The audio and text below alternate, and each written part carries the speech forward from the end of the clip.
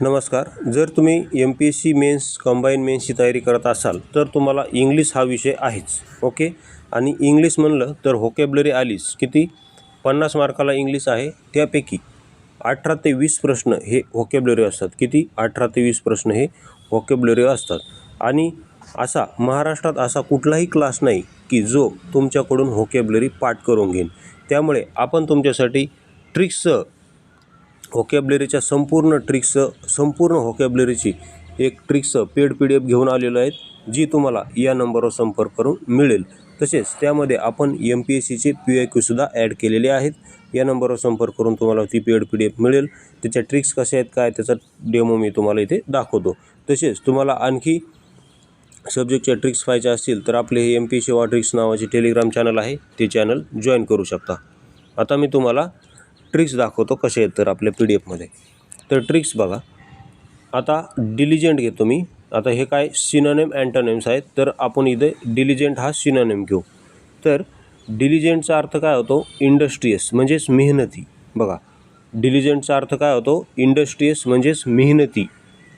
तर याची ट्रिक्सनुसार याला कसं लक्षात ठेवलेलं आपण, तर ट्रिक्स अशी बनवलेली.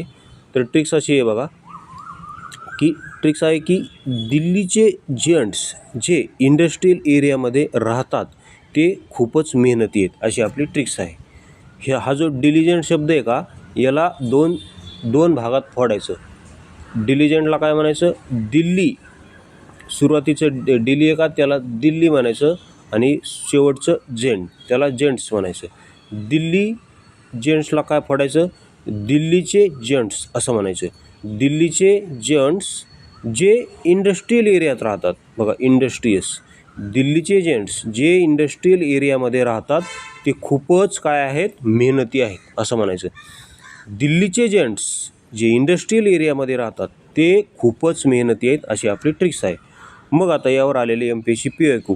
ते PYQ पण आपण संपूर्ण आजपर्यंत जेवढे PYQ आलेले आहेत प्रत्येक शब्दावर वन वर्ड वगैरे सगळं आपण घेतलेलं आहे ट्रिक्सनुसार. आणि त्यावर आलेले संपूर्ण PYQ आपण PDFमध्ये ॲड केलेले आहेत. तर बघा, चूज सिमिलर मिनिंग ऑफ डिलिजंट. राज्यसेवा नुकतीच आता 2024ची राज्यसेवा झाली, तिला पण आला होता. आणि त्या अगोदर 2022च्या राज्यसेवेला आला होता. तर याचं योग्य आन्सर काय मग? इंडस्ट्रियस. ओके. त्यानंतर he is very industrious worker. बघा, इथं काय केलं आहे? इंडस्ट्रियस हा शब्दाला त्यांनी प्रश्न बनवला आहे आणि डिलिजंट ऑप्शनमध्ये दिलं. हे बघा, म्हणजे आयोग फिरून विचारतं. मग आता पुढच्या वेळेस आयोगानं किती फिरून विचारलं तरी आपला प्रश्न सुटणार. मग याचं योग्य आन्सर काय? D. तर अशा प्रकारे आपल्या खतरनाक ट्रिक्स आहेत. व्हिडिओ आवडला असेल तर चॅनलला सबस्क्राईब करा. धन्यवाद.